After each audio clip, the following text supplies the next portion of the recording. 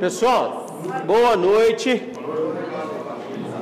Nosso último café desse ano. O ano que vem o café da pecuária vai fazer 12 anos mais um. Então, esse é o nosso 12º ano e o ano que vem já vai ser 12 mais um. Então, é uma satisfação muito grande estar com todos vocês aqui. E como sempre, queria agradecer a presença de todos, agradecer as empresas que apoiam, a Soesp, Premix, Boitel Chaparral, a Raça Forte, Adubos Ferticel, Leilosul, Bolos da D, Raposo Pneus, que hoje vai fazer um sorteio, aí o Bolos da D também vai fazer um sorteio, vamos sortear um livro também. Quem já tem o livro, dá de presente, se ganhar. A Cicobi Credivalha, a Coima, o GPB, a De Carvalho, John Deere, a Liane e o GPS. Pessoal, deixa eu só fazer um comentário aqui antes da palestra. O Daniel Luizari, que a gente está tendo lá no grupo, está colocando um monte de postagem, é o Daniel Roque Luizari, não é o Daniel Luizari, irmão do Felício. O pessoal já está xingando o Daniel errado. E o Daniel Roque Luizari, ele é um menino gente finíssima, boa gente, mas eu acho que ele está entusiasmado com a pecuária e... Então, mas ele, a intenção dele assim, é contribuir para o grupo. Só que a gente tem várias pessoas no particular conversando comigo, reclamando, porque fica um monopólio, e o grupo é uma oportunidade de todos conversarem, de todos resolverem o seu problema. Então todo mundo estava pensando que era o Daniel Luizari.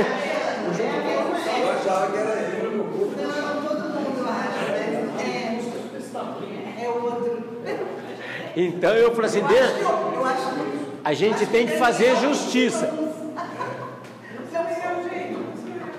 A gente fazer justiça, Pessoal, então para encerrar o ano, a gente vai falar um pouquinho hoje,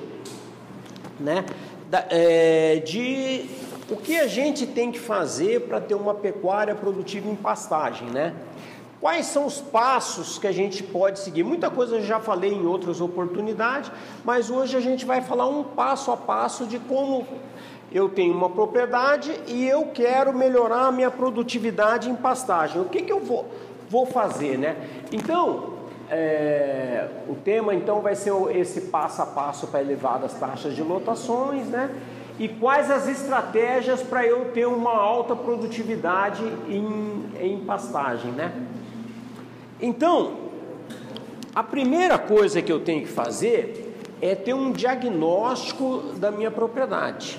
Como é a condição geral da minha propriedade? Como estão as minhas pastagens? Meus pastos estão com planta invasora? Está degradado?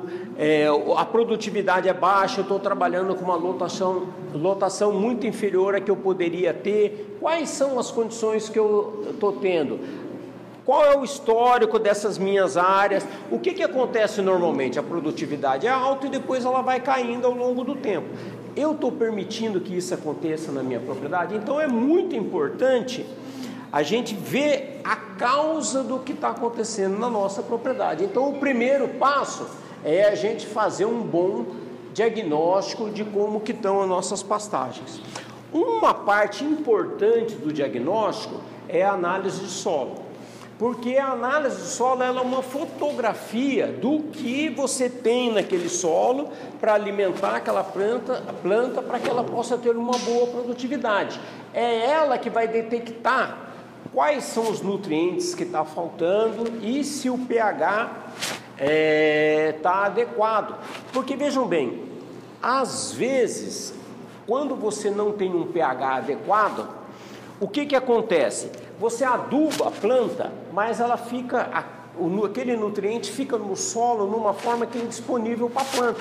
Então você está aplicando um nutriente, mas ele não está sendo aproveitado. Então é muito importante eu conhecer fazer uma análise de solo para saber, e cá entre nós é o mais barato do processo, né? Qualquer análise de solo é uma...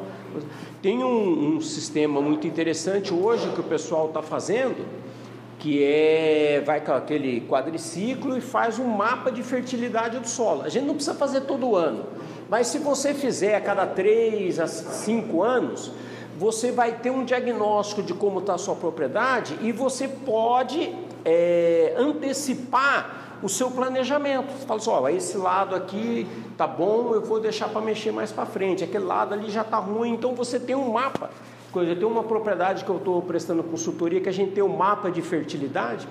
Então todo o planejamento de adubação a gente faz em cima desse mapa de fertilidade. Então com isso a gente economiza recurso e direciona melhor o adubo e garante uma relação benefício-custo melhor da adubação, né? Então, o primeiro passo de um bom diagnóstico é a gente fazer análise de solo. Eu fiz análise de solo, eu vou começar a fazer as minhas correções. Eu vou recuperar a fertilidade. Existem vários fatores que interferem na produtividade do pasto, mas um muito importante que impacta diretamente na produtividade é a fertilidade. Então, quais são as ações que eu posso fazer? Uma coisa é melhorar o solo em subsuperfície, que é usar a gessagem, né? Então hoje a gente tem um produto aí no mercado, que é o gesso, que a gente aplica no solo e ele tem uma permeabilidade maior no solo, ele tem uma movimentação maior no solo.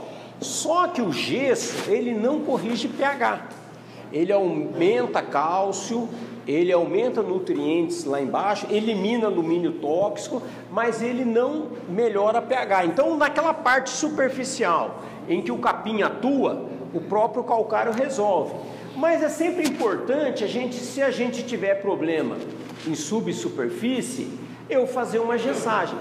Mas o primeiro passo para a gessagem, que poucas pessoas fazem, é fazer uma análise de 20 a 40. Então você faz análise de 0 a 20 para saber se você precisa calagem como que está a fertilidade do solo. E faz de 20 a 40 para saber se também está pobre o solo de 20 a 40, aí você faz a gessagem. Agora a gente tem que tomar um certo cuidado com a gessagem. Os nossos solos de textura arenosa são pobres em nutriente. E às vezes o pessoal joga gesso, aplica gesso, sem fazer análise. Então o gesso, ele leva para baixo o cálcio, mas leva também potássio, leva outros nutrientes. Então se você usar da gessagem de forma indiscriminada, de uma forma equivocada, pode ser que você empobreça o seu solo em vez de melhorar. Então eu tenho que fazer uma análise de 20 a 40 centímetros e ver se precisa. Na nossa região é um solo que tem pouco problema de alumínio, mas tem problema com alumínio. Então se você tiver problema de alumínio ou um pH muito baixo de 20 a 40 centímetros, aí você faz uma gessagem. Ô João, você falou que o calcário não corrige, que o gesso não corrige o pH. Não. Mas o calcário, ele faz o papel do gesso? De 0 a 20 faz. O problema do calcário é que ele não tem movimentação no solo. Entendeu? Então um exemplo. De 0 a 20, na verdade, em pasto formado, é de 0 a 10. O cálcio, o calcário, ele transloca muito pouco no solo. Então, se você aplicar só calcário, provavelmente o seu solo vai estar corrigido só na superfície. Agora, o gesso, ele percola no solo mais fácil, ele chibia. Então ele leva outros nutrientes, o sulfato leva outros nutrientes, além do cálcio, leva outros nutrientes para baixo.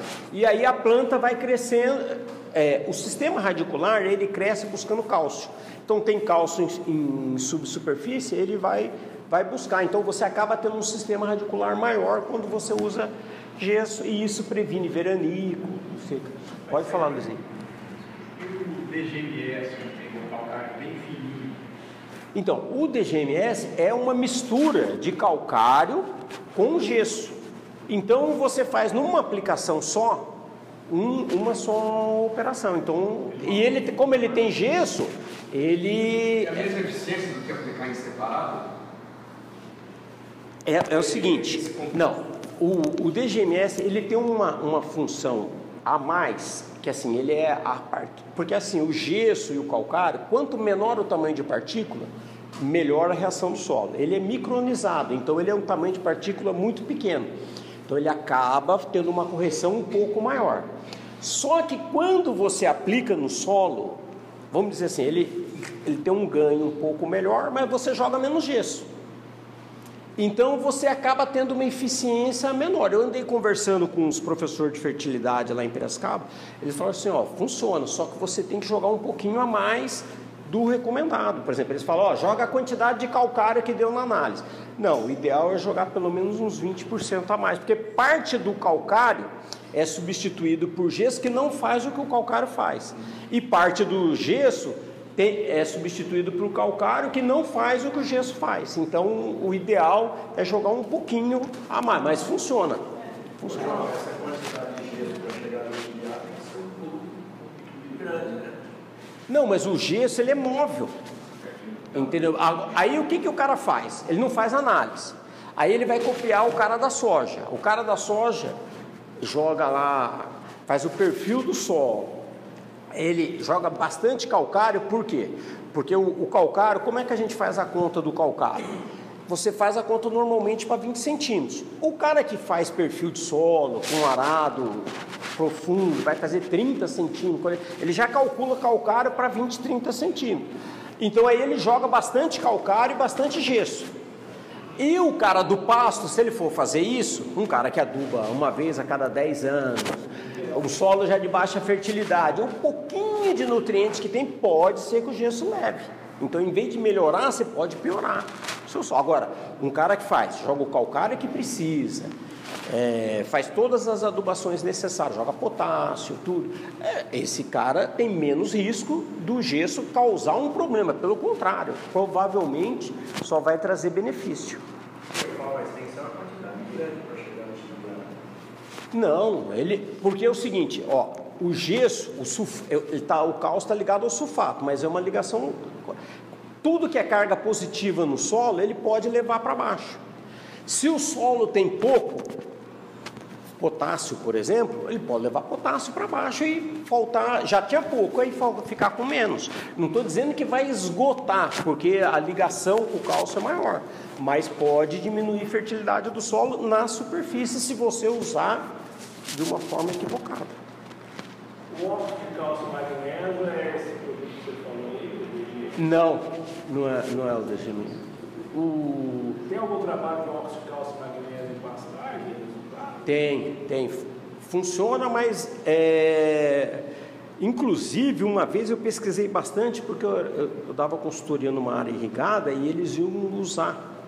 Funciona normal. O problema é mais operacional, né? E custo às vezes, né? Mas funciona.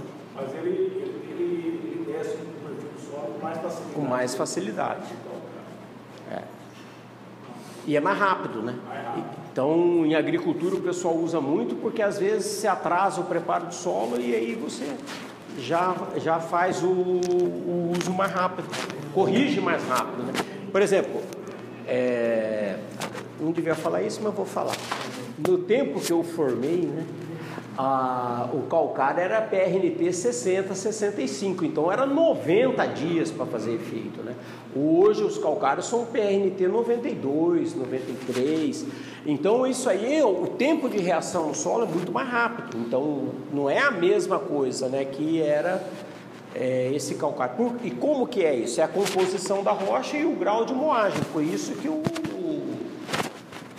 DGMS tem um efeito um pouco maior, porque o tamanho de partícula é muito menor. Então, o grau de moagem, ele influencia muito a qualidade do calcário. E outra coisa que a gente também tem que...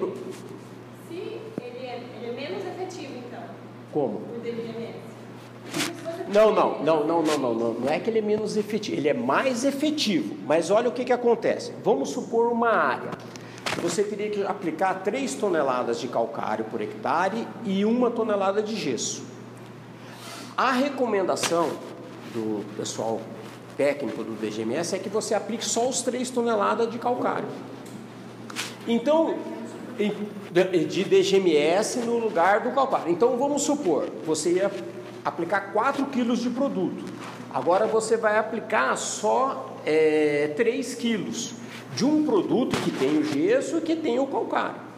Porém, não está nas quantidades que você ia aplicar se você aplicar, mesmo ele tendo um efeito maior, se você não colocar um pouquinho a mais, 20% a mais, não vai dar o mesmo efeito que as 4 toneladas de calcário. É até estranho que vem na análise de solo, se você faz a parte financeira daquilo, o dolo já é muito mais em conta. Você fala, gente, mas se é os dois juntos, não faz sentido ser mais barato, né? Mas então porque tem que pôr 20% a mais. O correto é pôr 20% a mais. Mas você economiza uma operação. Se der o mesmo preço, ainda é vantagem porque você economiza uma operação. Mas aí cada um tem que fazer as contas, depende também de onde você está, o preço que o calcário vai chegar, que o gesso vai chegar, né? Então a gente tem que, isso aí tem que fazer conta.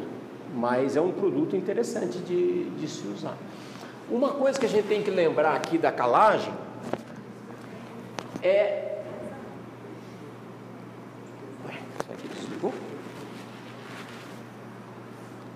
Ixi, será que acabou minha pilha? Não, peraí. É o tipo de calcário. Opa, agora foi. É o tipo de calcário que a gente usa. Por exemplo, o calcário, ele, além dele corrigir o solo, ele também é um fornecedor de nutrientes, fornece cálcio e magnésio. O calcário dolomítico, ele tem um teor de magnésio maior. Então, se você tem um solo que está pobre em magnésio, você tem que usar o calcário dolomítico.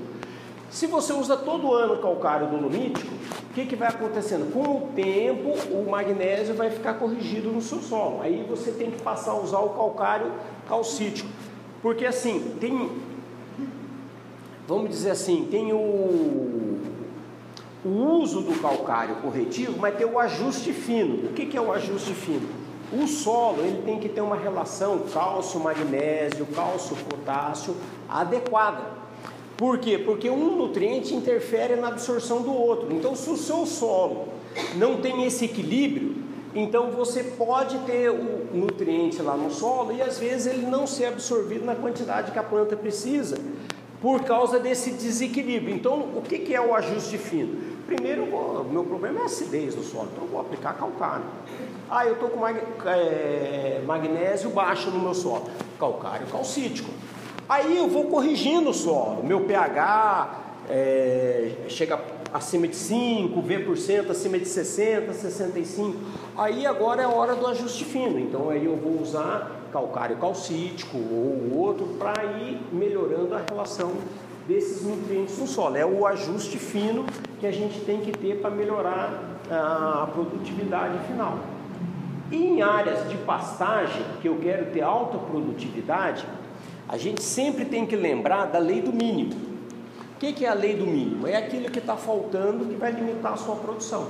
Então, se está faltando fósforo, por mais que você coloque nitrogênio, o que vai limitar a produção é fósforo. Você coloca nitrogênio, a planta vai desempenhar adoidado, até o fósforo ser limitante. Então, se eu quero ter produtividade em pastagem elevada, eu tenho que corrigir todos os nutrientes do solo. Então, eu vou ter que corrigir fósforo, potássio, micronutriente, tudo tem que ser corrigido.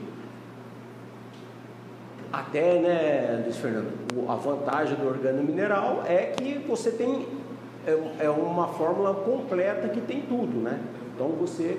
Mas uma das estratégias que eu acho que a pessoa tem que pensar é o seguinte, você tem que corrigir o solo, mas não precisa ser no primeiro ano.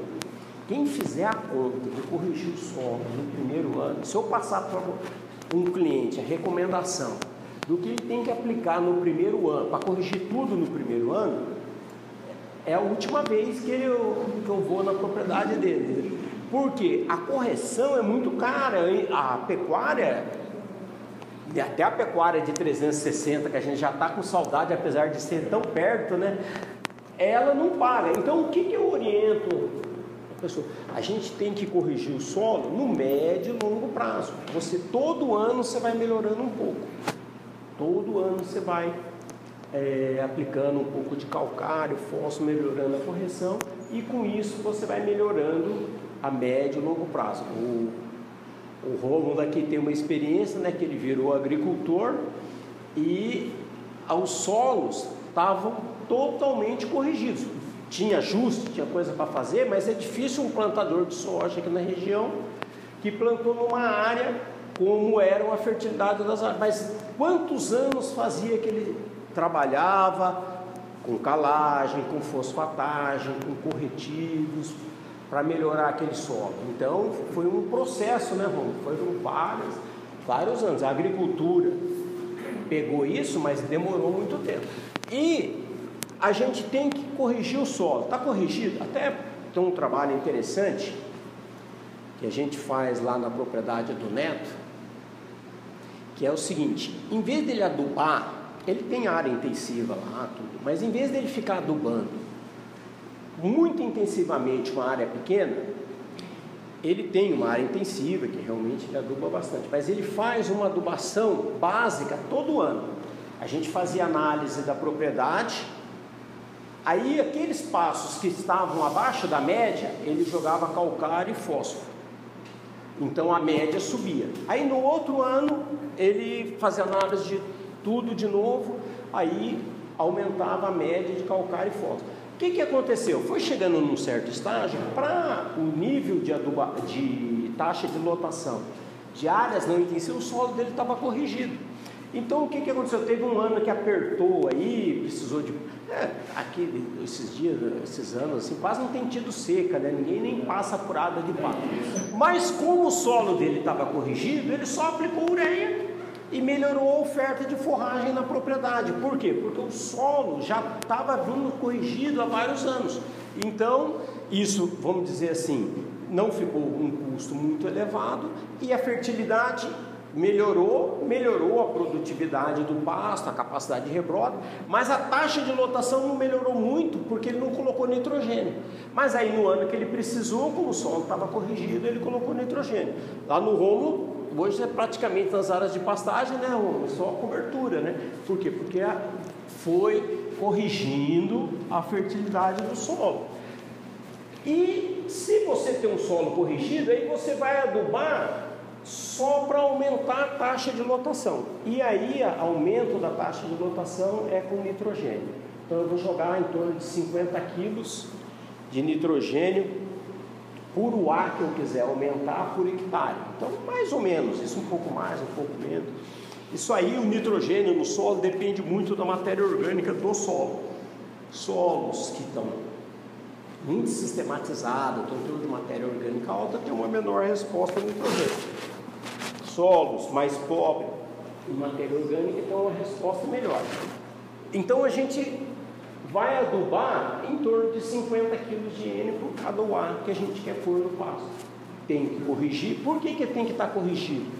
Porque se o solo não está corrigido, aquele nutriente que ainda está faltando é que vai limitar a produção. Então eu tenho que fazer a correção de tudo. Mas faço no médio e longo prazo e aí a gente vai conseguindo. Além de corrigir, eu também tenho que usar uma forrageira adequada. Eu tenho fertilidade, eu vou pôr um capim lá que não responde, então eu tenho que escolher capins que são adequados para aquela situação que eu quero. Eu tenho que avaliar as condições climáticas e de solo da minha região, se é uma região que tem geada, se o solo fertilidade é baixa, se a textura é arenosa, se eu tenho problema de seca, se eu não tenho, se eu tenho problema de drenagem. Cada capim tem as suas características, então eu tenho que avaliar primeiro as características que eu tenho na propriedade, ao diagnóstico, para saber qual capim vai se adequar àquela situação. Aí eu encontrei os capins se adequam, eu tenho que pensar para que eu vou usar esse capim. Então, qual é a finalidade? Porque é o seguinte, tem espécies que elas são muito mais produtivas no verão. Então, chegou na época do verão, ela vai crescer adoidado, vai produzir muito capim, o gado vai ganhar bastante peso. Por exemplo, os pânico, por exemplo, a charaesna, o MG5, São capins de verão que você... Aí, se você tem na propriedade um pouco de braquiária brisanta, marandu, piatã, são capins que também produzem bem no verão. Mas, se você precisar reservar um pasto para a época da seca, comparado com os pânicos, eles vão perder o valor nutritivo muito mais lentamente. Então, são capins que você pode vedar, reservar um pasto para a época da seca. Ou se você subutilizar, você pode reservar espaço para seca. Na minha propriedade eu tenho um problema de seca muito grande, eu tenho um problema de inundação. Eu tenho que ver qual que é o capim que vai se adequar melhor na situação. E tem algumas condições que eu tenho que pensar. Eu vou adubar? Eu tenho que colocar um capim que responde à adubação. Eu não vou adubar. Eu tenho que colocar um capim que tolera solo de baixa fertilidade. Eu tenho um problema na seca, eu não tenho confinamento, eu só dou proteinado na seca, ou às vezes faço um sistema de confinamento, eu preciso reservar um pasto para a época da seca. Então eu tenho que ter uma braquiária brisanta da vida que sobra uma forragem de qualidade razoável para a época da seca. E o meu manejo, como é que é? Meu manejo é tudo pasto grande, pasto desuniforme, então eu tenho que ter plantas que toleram erros de manejo. Minha área é rotacionada, tudo bem dividido, então eu posso colocar uma planta exigente em manejo. Então, vou escolher entre as braquiárias, pânico, o andropólogo. O andropólogo aí é uma injustiça o que acontece com o andropólogo, porque ele é um capim muito bom para seca. Lá em Goiás, Tocantins, que tem uma seca bem definida, ele é muito plantado. Só que a semente dele é uma desgraça, ela é peluda, vai aplicar com uma Navicon, nessas máquinas, ele empelota, para de cair, é uma tragédia. E agora o pessoal está com a semente revestida, vai fazer o andropólogo revestido. A Embrapa já lançou um novo andropólogo mais produtivo. Então, em breve, nós vamos ter uma alternativa boa para a época da seca. E o sistema radicular dele é muito profundo, então ele consegue ter uma boa tolerância à seca. Então, é uma boa estratégia. Então, eu preciso ter capins que se adaptam ao manejo, adaptação à fertilidade, adaptação à seca, né?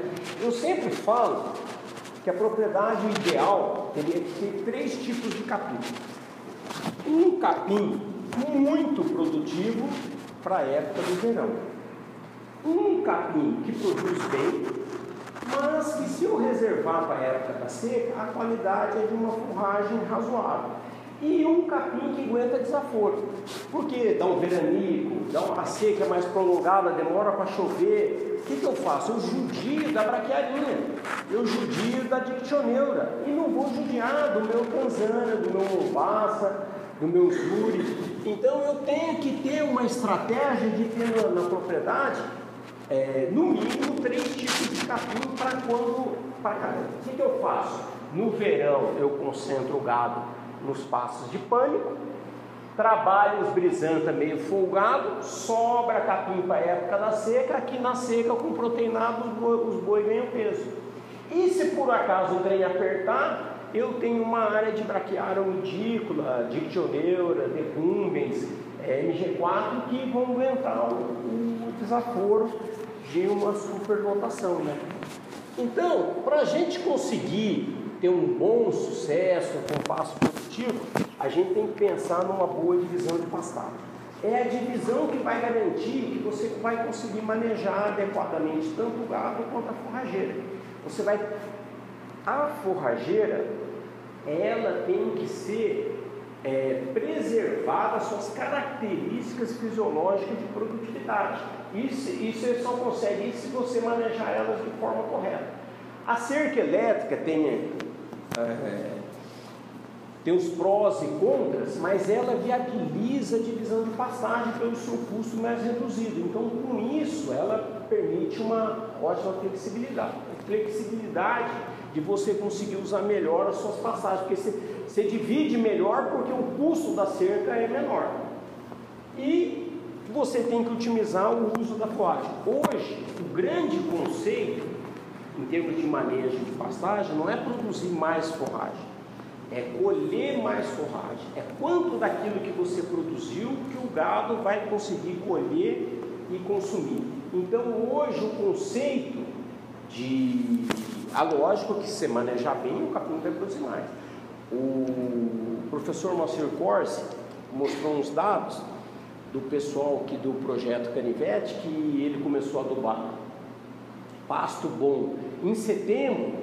A produtividade até dezembro foi muito melhor do que aqueles pastos que tinha gente que ainda manejou errado, chegou em dezembro e ainda não tinha capim. E nos pastos bem manejados e com uma boa fertilidade, em novembro, outubro já tinha pasto de qualidade.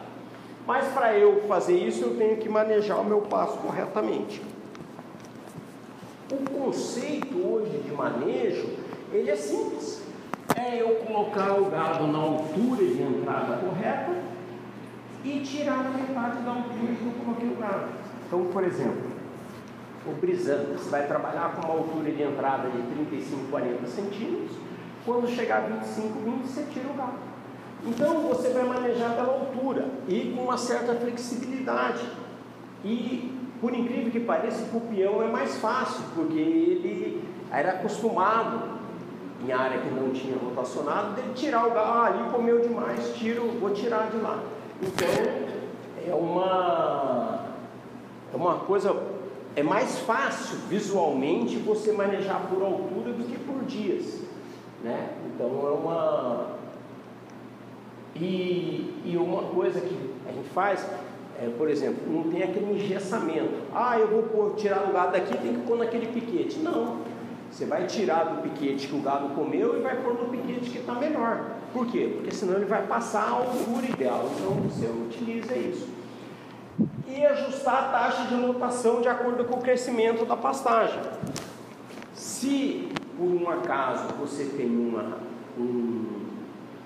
veranico, falta capim, o que você faz? Você joga o gado para aquelas áreas de escape, de braquiarinha, de umidícula, de dictioneura, e os pastos bons você diminui a taxa de lotação para não ficar abaixo da altura de manejo recomendada, porque aqui é a sua área de agricultura, né? E hoje nós temos uma ferramenta aí, né, que você pode monitorar a quantidade de forragem que tem com um aplicativo aí, tem drone, imagem de satélite, que você consegue monitorar quanto de massa de forragem você tem lá na sua área. Então é uma estratégia que vai permitir que você use bem a sua pastagem e ajuste a taxa de lotação, porque se não faz ajuste de taxa de lotação, o que acontece? Vai rapar alguns pastos e pode prejudicar a rebrota futura. Então, às vezes, no próprio verão, consumiu demais a forragem, a próxima rebrota vai ser lenta, e às vezes é uma rebrota lenta numa época que é boa para o capim de crescimento. E o contrário também também é verdadeiro. Vamos supor que você errou no manejo, o capim passou. Esse excesso de talo, essa altura a mais, vai prejudicar a rebrota do capim e até o consumo do gado, então também prejudica. Então você tem que monitorar muito bem isso aí, né? Aí, uma coisa que eu quis falar aqui, que sempre aconteceu comigo nas áreas que a gente acompanha.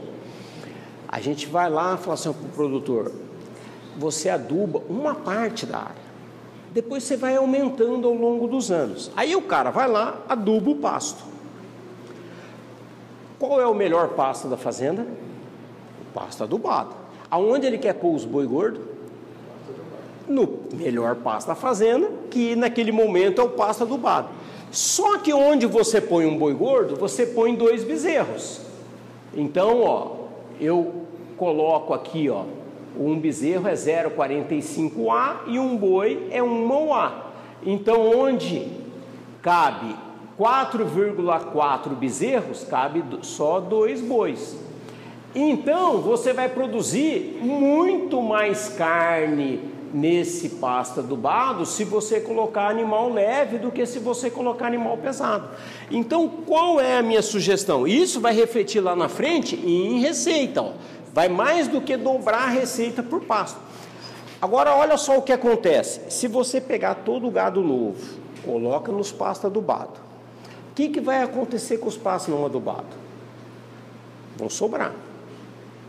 Vai ter uma taxa de lotação menor. Aí você pega os boi gordos, leva para o pasto não adubado. O que vai acontecer? Tem pouco, a taxa de lotação. Tem uma coisa, um conceito que a gente fala que é a oferta, né? Quilos de forragem por quilo de boi. A oferta vai ser alta, por quê? Porque você concentrou tudo o gado nos pastos adubados. Então, nos pastos não adubados, a taxa de lotação vai ser baixa. Então, o boi vai ter a oportunidade de seleção.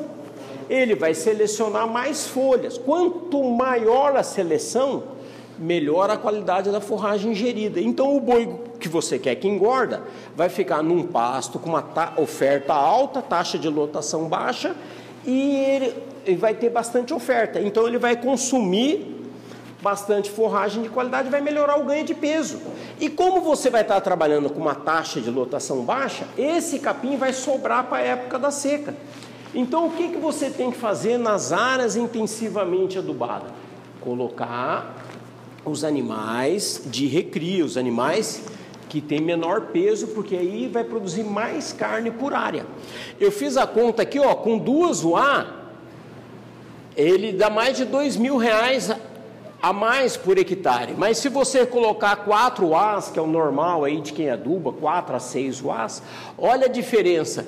Vai dar quase R$5.000 a mais de produção de carne por área, se você usar recria, em vez de...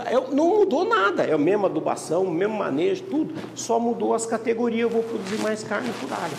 Então é uma estratégia para pastos intensiva. E outra coisa, tem uma outra vantagem, você tem um lote lá de 50 boi gordo, aí está faltando pasto, você vai pegar o seu lote e vai separar?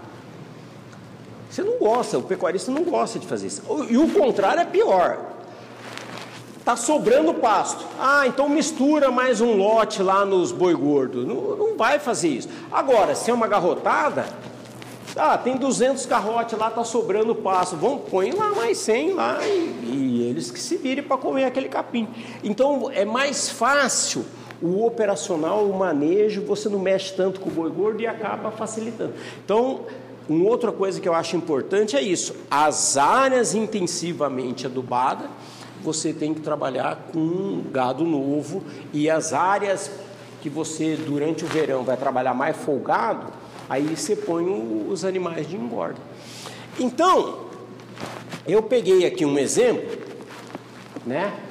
Que utilizando agora, eu estou adotando aí o método DMAA, que é diagnóstico, metas, ações e ajustes.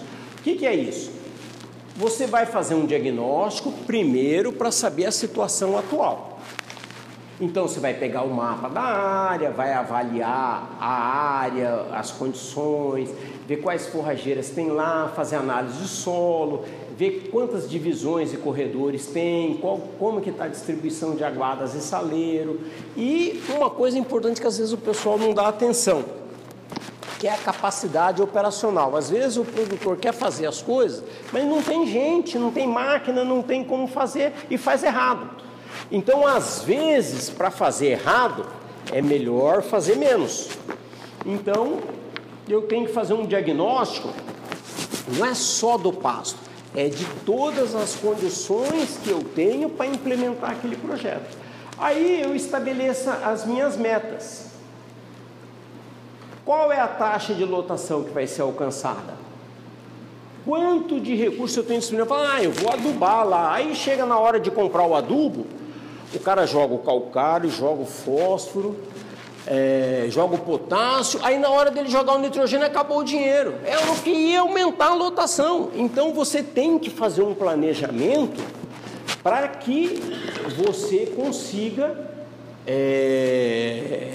dentro dos recursos disponíveis, você fazer a melhor relação benefício-custo daqueles adubação que você vai aplicar na área. Estabelecer as alturas de manejo, o número de piquetes. Às vezes você tem um pasto, lá tem 4 piquetes, o outro também tem 4 piquetes. O ideal é no mínimo 6. Por que é no mínimo 6? Porque o pasto não pode ficar mais, o gado não pode ficar mais do que 7 dias no piquete, porque senão ele come a rebrota. Então, você vai ter menos perfilho para crescer. Então, tem que ser no mínimo 6. Então, o que faz? Em vez de você fazer um rodízio de 4 e outro de 4, junto o gado, faz um de 8. Quando isso é possível, né? E estabelecer as correções, adubações que você vai ter que fazer. Eu tenho isso, coisa importantíssima. Agora eu vou partir para as ações. O que eu vou fazer? Eu tenho que ter um cronograma. Eu tenho que ter as metas e eu tenho que ter um cronograma para que eu atinja minhas metas, para eu conseguir alcançar aquelas metas. Então eu vou fazer as correções e adubações, tem que ser na época adequada, senão eu posso perder eficiência. Eu tenho que adequar a área. Por exemplo, eu fiz tudo manejo, tudo rodízio lá, faltou uma caixa d'água a mais na manga, porque aquela água que tem lá não é suficiente. Aí você fez todo um trabalho e não tem água para o gado beber. Então a gente tem que fazer a adequação. E o manejo, como é que tem que ser? Estou fazendo lá tudo. Está tudo dando certo? Não dá, nós estamos trabalhando com um produto biológico. É biologia, se chove mais, chove menos, tudo. Então, aí o que a gente vai ter que fazer? Vai ter que fazer os ajustes. Então eu vejo lá o que está acontecendo, o produtor vê o que está acontecendo e vai fazer os ajustes.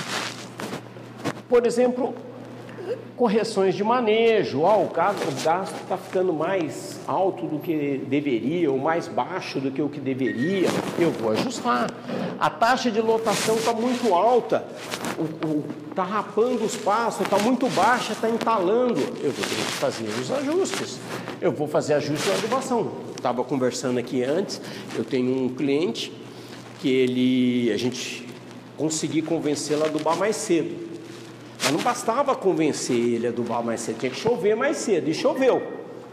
Aí encontrei com ele esses dias, ele falou assim, eu vou ter que parar a adubação, vai perder capim. Nós estamos em dezembro ainda, então o que ele vai fazer?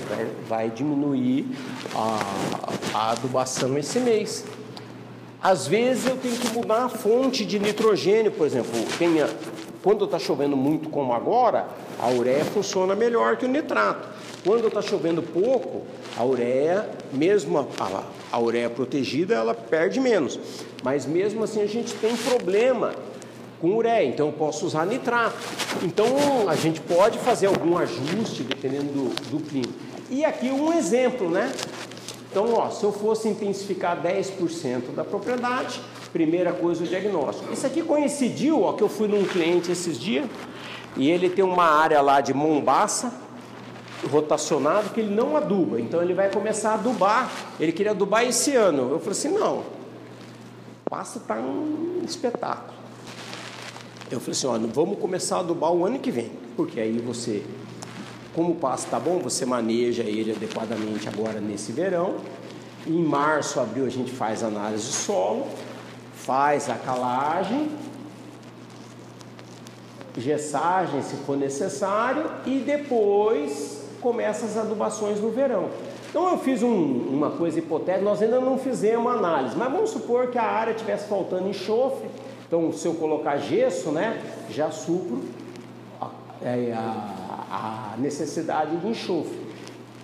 Vou aplicar calcário, fósforo e teoricamente, aqui hipoteticamente, ela está boa de potássio. Ainda não fizemos análise, mas... Então qual vai ser as metas nessa área? Nós vamos fazer uma adubação para trabalhar com 4 As por hectare. A gente tem de recursos R$50 mil para fazer esse investimento em 10 hectares, 5 mil por hectare. É mais ou menos, um pouco mais, um pouco menos do que vai gastar. Como é mombaça, a altura de entrada vai ser 80 centímetros e a saída 40 centímetros. Já tem 8 piquetes, certo? Então nós vamos fazer as correções com calcário e gesso a partir de maio e vamos começar a usar intensivamente a partir de setembro ou do início das chuvas do ano que vem. Quais são as ações que eu tenho que fazer? Então eu tenho um cronograma que eu tenho que seguir. Calagem e gesso em maio, fósforo em setembro, outubro e cobertura com 150 kg de ureia protegida toda vez que o gado sair do pasto, a gente vai fazer essa adubação. Que tipo de animal nós vamos usar? Um lote de bezerro pós-desmama. Então, animal que vai melhorar o desempenho em termos de produção de carne por área. Talvez ele tenha que melhorar a água lá, colocar mais uma caixa, que vai aumentar bastante a lotação. Pode ser que as caixas que tem lá não vencem. E vou fazer o monitoramento da área com o uso da régua, né? O peão, toda vez que for lá no pasto, vai medir a altura, toda vez que for colocar o gado. E vamos fazer análise mensal da massa de matéria seca via drone ou satélite. Ele ainda vai decidir qual que vai fazer. Por satélite é mais barato e por drone é mais preciso. Então vai depender aí da... E a gente tem que estar prevenido com os possíveis ajustes que a gente tem que fazer, né? Vamos supor, hipoteticamente, vamos supor que igual agora, está crescendo bem o capim, está com alta produtividade, está saindo com uma altura acima do ideal. Então eu tenho que colocar mais gado e ir ajustando para chegar nos 40 centímetros, que é o preconizado.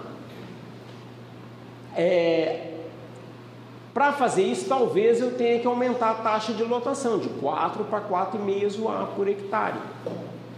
Ou eu posso reduzir a adubação. Então, a meta, meu planejamento era aplicar 150 quilos, mas está sobrando pasto, eu vou baixar para 150, para 110. E talvez, se a condição exigir, o preço de mercado, às vezes também pode ser uma questão de preço, eu vou mudar a fonte de adubo nitrogenado. E o que é importante a gente entender como as áreas adubadas vão aumentando a taxa de lotação da propriedade. Então eu peguei uma propriedade aqui que tem 0 área adubada, tem 100 hectares, 2 UAs por 1,5 no verão e meia no inverno, vai dar uma média de uma UA. A área adubada, se ele tivesse, era 4 no verão e 0,8 no inverno.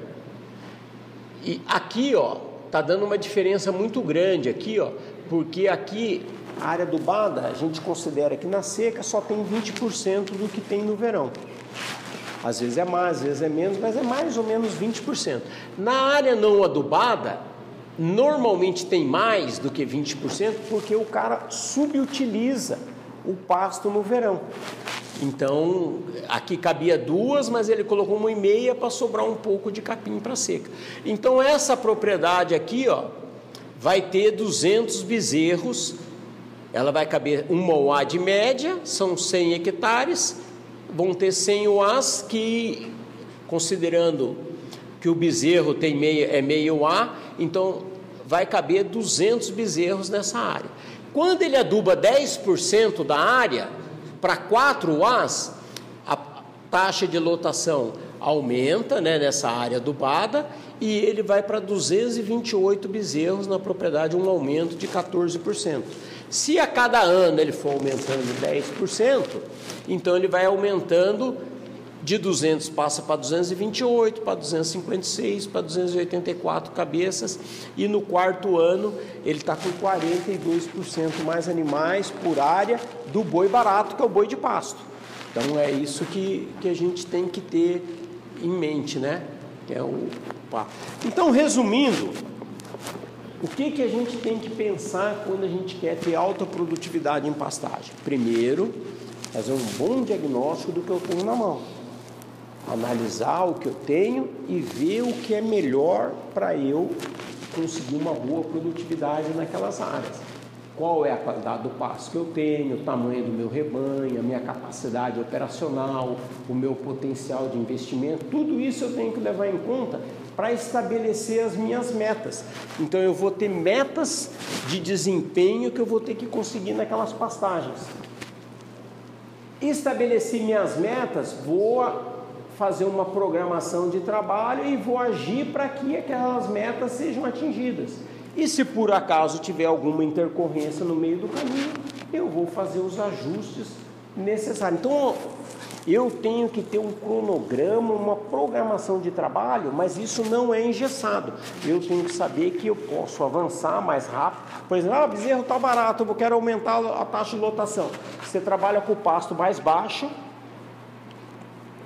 com um nível de adubação maior ou com a menor oferta, menor ganho de peso por bezerro e mais animais por área. Não, eu tenho um lote de boi gordo que eu quero engordar mais rápido. Trabalha com uma oferta maior, esses animais vão ganhar mais peso, é menos animais por área, mas vão ganhar mais peso por animal e você abate esses animais mais cedo. Então, são tudo ajustes que você pode fazer durante o seu processo, né? Então, era isso aí que eu tinha para falar hoje. Se vocês tiverem alguma pergunta, aí estou à disposição. João, naquela escolha de gramínea que você falou, de T3, você acha viável misturar, como pastagem consorciada demais, mas dentro da mesma área, ou não? Ou setorizar? Mesmo sabendo que vai predominar uma, né, aqui no lugar desse veja bem, o pessoal começou a estudar pasto consorciado para ver se consegue manejar. A turma consegue manejar gramínea temperada dentro do mesmo pasto, mas gramínea tropical é mais complicado. Mas estão tentando fazer isso. Por enquanto, o que eu acho interessante é o seguinte: você pode plantar capim misturado, desde que, vou dar um exemplo, você vai plantar um capim, mas o seu objetivo é outro. Vou dar um exemplo. Você quer formar um pasto de dictioneura. A dictioneura é um capim lento e demorado para formar.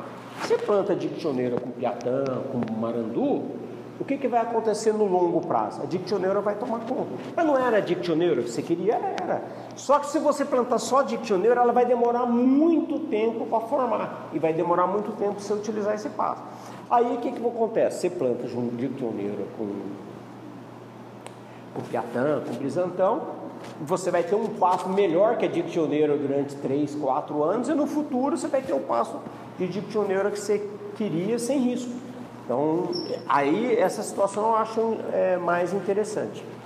Então, você quer...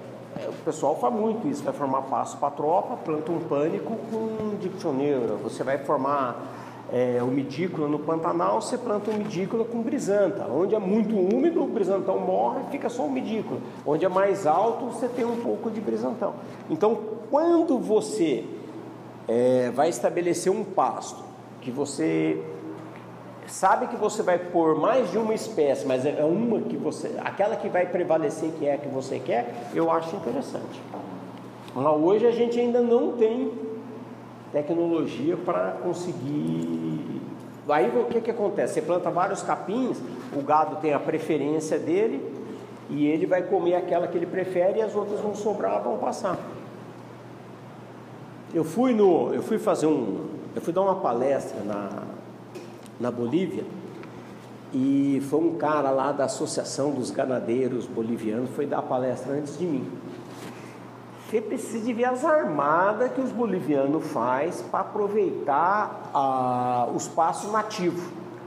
Por quê? Porque cada um fica bom numa época. Então é a coisa mais difícil do mundo manejar aquilo. Aí tá comendo um, o outro passa e capim nativo passou. Eles até estavam na época fazendo um projeto lá para tentar colher o capim nativo que passa, né? Para fazer feno para a época da seca.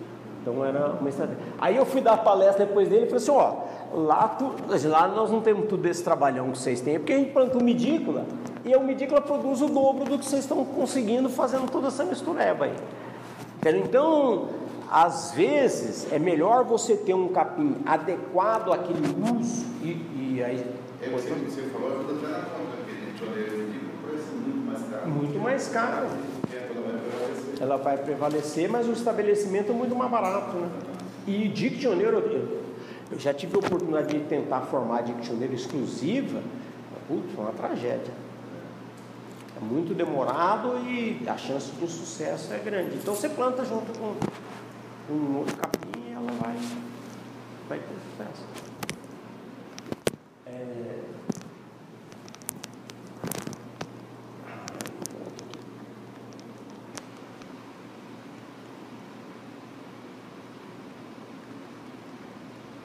Eu não vou falar o nome do santo, mas todo mundo vai saber quem é. Essa aqui, ó, é uma área que foi plantado um misturão. O que é um misturão? O cara compra aquilo, tudo mistura de produto que sobrou lá da empresa de semente e planta e é o que dá, né? Varredura. Então Mas a gente ainda não tem essa tecnologia de manejo. Se você trabalhar com taxa de lotação alta, você diminui seleção, aí pode funcionar melhor. Agora, quando é gramínea temperada, é interessante porque o capim, a gente plantou aqui, tem um produtor aqui em Anhumas que tinha uma área irrigada, nós plantamos aveia e azevém, elas ficam o azevém é primeiro, a aveia depois, eu não lembro agora certinho. Aí não tem problema, porque o gado come uma primeiro e depois come a outra. O ciclo é diferente, mas as nossas gramíneas não tem isso. João, como é que está hoje o tema? Se falar, não sei se hoje está atualizado, a questão da adubação verde, a recuperação de pastagem. O pessoal tem feito? Como feijão, o pessoal não de integração, viu? Exclusivamente com adubação verde. Com cuna para recuperação de nitrogênio no solo, o pessoal tem feito? Muito pouco. Funciona, mas faz muito pouco por causa do tempo que você fica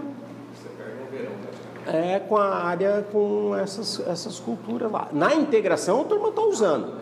Não, mas mesmo em integração, por exemplo, aqui no Oeste tem um trabalho de recuperação de pastagem com o guandu.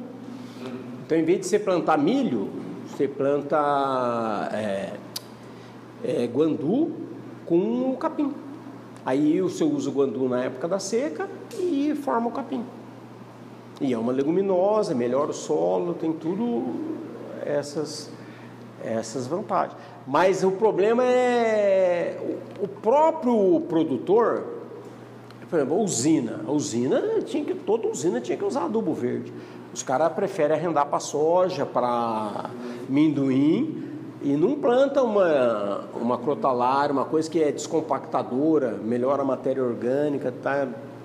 Tem um monte de trabalho mostrando o resultado, não é? Mas é o custo de oportunidade que o cara ali... E tem uma coisa, né, Romo? A crotalária, ela é tóxica para o gado. Então, é a melhor, ou assim, hoje é a melhor adubo verde que tem, assim, em termos de produtividade, facilidade, semente Paraná, só que ela é tóxica para o gado. Então, você tem que tomar cuidado. Já não pode, mucuna pode, né? Mucuna. Então, não pode deixar sementear, Não, mas hoje com os inseticidas da vida, né? Pessoal, tem mais alguma pergunta, alguma coisa? Senão vamos passar para o sorteio. Durante o tempo que a gente estava falando, você não falou da Tifton nenhuma vez, né? A Tifton é temperada? Não, a Tifton é subtropical. Ela vamos dizer assim, tá ali ela nem é tropical nem é temperada, ela é subtropical, está na faixa intermediária ali. Ela não difundiu muito aqui na nossa região. Não, a Tifton difundiu muito, tem muito. Mas o problema da Tifton é que é plantio por muda. Eu tinha Tifton lá numa área de Tifton, né? Mas parece que com o tempo, como ela é bastante exigente em adubação, Não, mas... Você vê pouca gente falar de Tifton, tanto que na palestra de hoje, você não falou de Tifton nenhuma vez. Para ser sincero, tinha até Tifton ali, eu tirei. Botei o Andropon. Porque a Tifton é espetacular, tanto em qualidade, produtividade, proteína ótima. Não, fantástico. O pessoal de leite usa muito Tifton. Os projetos da CAT de área irrigada tem muita área de Tifton. O problema da Tifton é o plantio por muda. E outra coisa, pânico é exigente em manejo. A Tifton é mais tolerante a erros de manejo, que você pode errar manejo. O único manejo que você não pode errar na Tifton é deixar ela passar muito. Mas se rapar ela, bicha, volta, não tem problema. Ela é ótima, é um capim espetacular. O problema é que a única Tifton, mas a única Tifton de semente que tem é o vaqueiro, que aí, né, aí é aquela sacanagem que a gente faz com o produtor, né? Tem um amigo meu, agrônomo também, plantou vaqueiro lá no aras dele, lá. Solo de altíssima fertilidade, a região de soja. Aí ele plantou vaqueiro. João, plantei vaqueiro lá. Eu falei, que beleza. E aí, como é que... Nossa, nasceu uma beleza. Porque o vaqueiro é a Tifton de semente, né? Plantei uma maravilha. Nossa Senhora. Não, não, você já está... Não, ainda não, quero formar bem. Aí, beleza. Aí passou um tempo, né? Tinha uma reunião da Kátia, encontrava com ele. E aí, como é que tá lá? Rapaz, que fantástico, é uma beleza. Aí passava mais um tempo, encontrei ela com ele. E aí, como é que tá? Rapaz, ele não... A rebrota não é aquela coisa, sabe? Não é... Aí passou mais um tempo dele com ele. E aí, como é que tá? Puta, uma porcaria, já acabou aquele negócio. Já tá... Aí eu fui assistir teve um evento aqui em Dracena de pastagem. E tinha um pesquisador da Flórida, que é onde ele é lá do centro de Tifton mesmo, onde pesquisou. Aí eu perguntei para ele, ele falou assim, nós temos vários materiais lá de semente, mas o material não vai para frente. Então a gente ainda não conseguiu, né, uma Tifton que propaga por semente que é boa, como a Tifton 85, por exemplo. Então o problema é esse, mas ela é fantástica. O seu Adão aqui, ele tinha quase 500 hectares formados de Tifton aqui em EP, Nantes, né? Então só que como é que ele formou? Imagina, o cara formou 500 hectares, vai ver quanto tempo ele demorou, o trabalho que deu e tudo. E a tolerância ao encharcamento, né? A Tifton? Mais ou menos, a estrela é mais, viu? Porque lá no Chaca a turma planta estrela, né? Tanner Grass é estrela, mas então encharcamento é um medículo, tem jeito. Então pessoal, se não tiver mais pergunta, queria agradecer vocês, perguntar, tem alguém que não assinou ali? Nós vamos ter 3 sorteios hoje, 3D? 3 sorteios. Não, cadê a lista? Vamos assinar que nós vamos fazer 3 sorteios hoje. Natal, né? Mais então, para encerrar, enquanto vocês terminam de assinar a lista aqui, queria agradecer a presença de todos, né? Então, o ano que vem, 12 mais 1 anos do café, hein? Temos que manter. Então, queria agradecer os nossos apoiadores, né? A Soesp, a Premix, o Boitel Chaparral, a Raça Forte, a Ferticel, a Leilo Sul, Bolos da D, que também vai patrocinar um brinde para nós hoje no sorteio, a Raposo Pneus, que também vai fazer um brinde, Cicobi, Credivale, a Coima, GPB, a De Carvalho, John Deere, a Liane Veículos, a GPS e o João Menezes e Associados, né? Então, se vocês quiserem ficar à vontade aí, ó, é só terminar de assinar e eu já faço. Ô João, esse pânico novo, Tamani, Zuri, Quênia, qual que... Ó, o Tamani é o mais fantástico em termos de qualidade. Muita folha, só que é porte baixo. É fantástico, mas perde em produtividade. Para tropa, fantástico, mas o Zuri em termos de combinação, manejo, produtividade, ele está entrando, vai até substituir o Mombasa. É muito bom em termos de produto. É fantástico porque você fala, João. É qualidade, é muita folha, ele dá pouco talo. Capim fantástico. Só que a produtividade comparada com o Zuri e o Quênia, por exemplo, vamos pensar assim uma situação ideal. Você vai plantar um capim para cavalo, tamanho. Você vai plantar um capim para alta produtividade com possibilidade de você fazer silagem, Zuri. Um capim que tem uma ótima produtividade, mas o manejo é mais fácil que o Zuri, é o Quênia. Então, mas o Zuri produz mais que o Quênia, que produz mais que o Tamani. Eu fui numa área de Tamani, área grande, é fantástico, é só folha, um capim fantástico, mas produz menos. Então, E aí, gente, igual o Zuri? Infertilidade mas o manejo é mais fácil. E o tamanho do cavalo? O tamanho o cavalo come. Todos os pânicos ele come, mas o tamanho, por ter menos talo, é mais fácil de usar para cavalo. Mombasa dá. Mombasa errou o manejo, ele entala que é. Vira vara de pescar. Que, por falar em vara de pescar, foi o que aconteceu com o Camerun, o Napier, que a turma parou com ele por causa disso, né? O pessoal errava o manejo.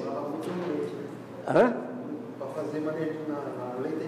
Então, mas aí o que aconteceu? O Camerun é fantástico em termos de produtividade, é recordista de produtividade.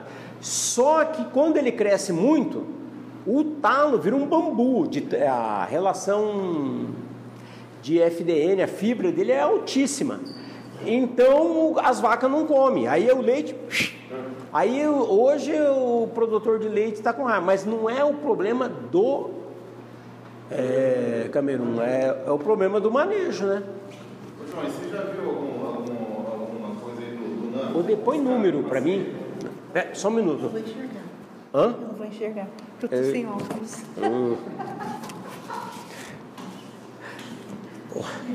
Você põe número aí para mim. Ó, não vai pôr 2 números pro Felipe não, hein? Onde tem assinatura, põe um número na frente. Põe aqui, ó, número 1. Tá. Número 1. Aí vai. Peraí, mas vamos todo mundo assinar para depois. Vocês não assinaram? Você assinou? Não, então assina aí. Assina.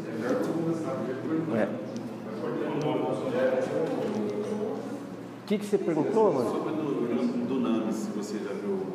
Do quê? Aquele capim do NAMS. O Dunamis é um híbrido. Eu só vi propaganda. Não sei te dizer. Mas, ó.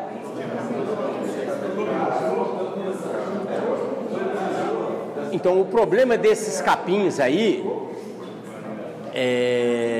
não estou criticando, mas, por exemplo, os capins lançados pela Embrapa são capins que foram testados no campo. Esses capins podem ter sido testados lá fora, mas você não sabe aqui nas condições aqui. Então, às vezes, eu brinco, né, assim, que o cara vai testar na sua propriedade. Então você tem que esperar. Porque hoje nós temos opção para o que você precisar, hoje já tem opção do.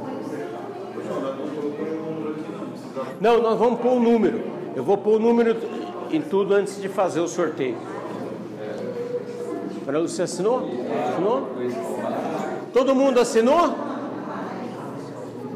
Deixa eu pôr os números aqui.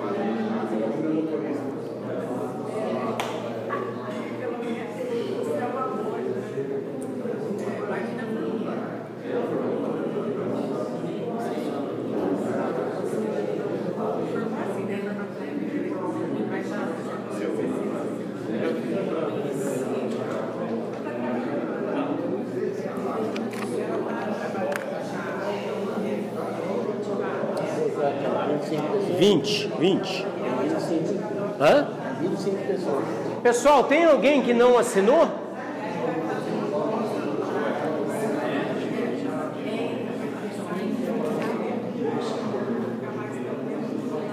Ah.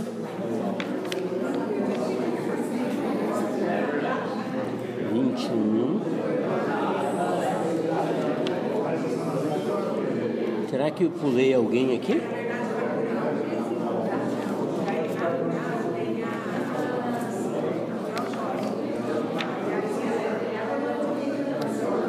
Mas você contou eu e a Denise? Não? Vixe, então onde que tá? É cinegrafista.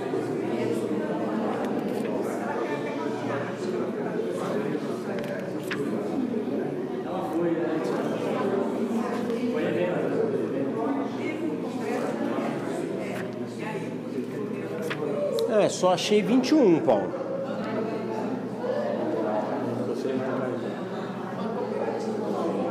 Ó, pessoal, vou sortear aqui, hein? O que vai ser primeiro? O livro.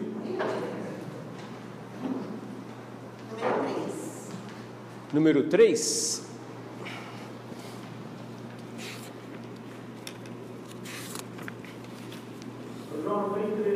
Quem já ganhou o livro, eu vou aproveitar e vou falar, já que está encerrando o ano, né? Eu vou pedir a palavra. Fazer um agradecimento a todos, né, por esse ano, todo mundo. Aos apoiadores, ele já agradeceu, mas a vocês que sempre estão aqui, que é muito importante. Se vocês não querem, o café não acontece, não é verdade? E assim, desejar um Feliz Natal, um Feliz Ano Novo, que seja um ano muito abençoado, né? Que tudo que passou que não foi bom fique para trás, que venha um ano muito, muito, muito feliz e cheio de saúde, cheio de prosperidade. É isso.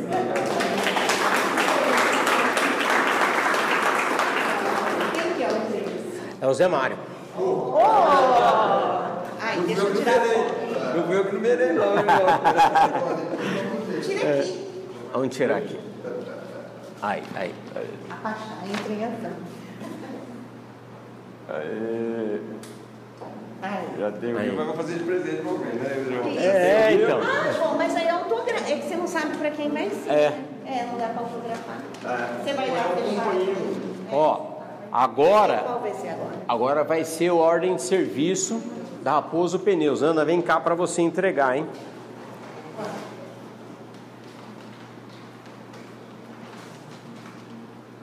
Ah, não, 2 vezes não.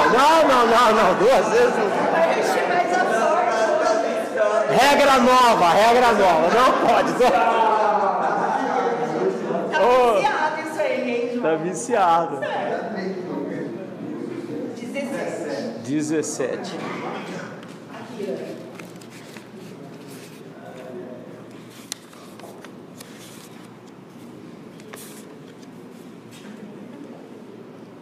Ah, não acredito. Tem que sortear de novo. 17 saiu a Ana. Eu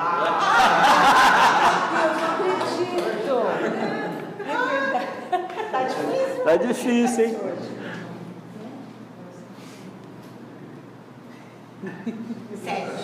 Sete.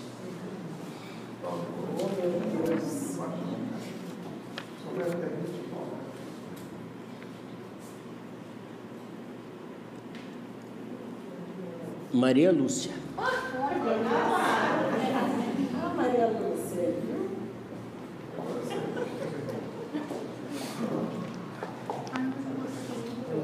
Pra cá, tira a foto aqui, ó. É verdade.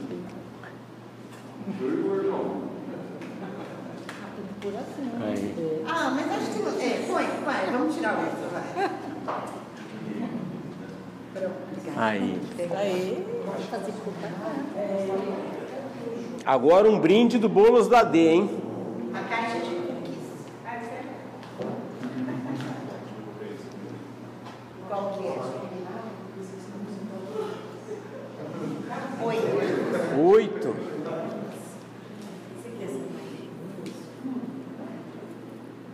Maurício.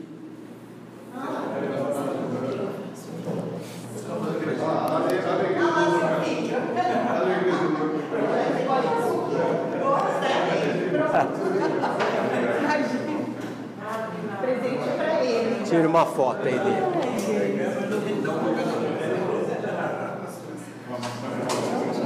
Aí. Pessoal, fiquem à vontade. Foi uma alegria esse ano aí, a gente tá com todos. O ano que vem tem mais. A alegria durou pouco.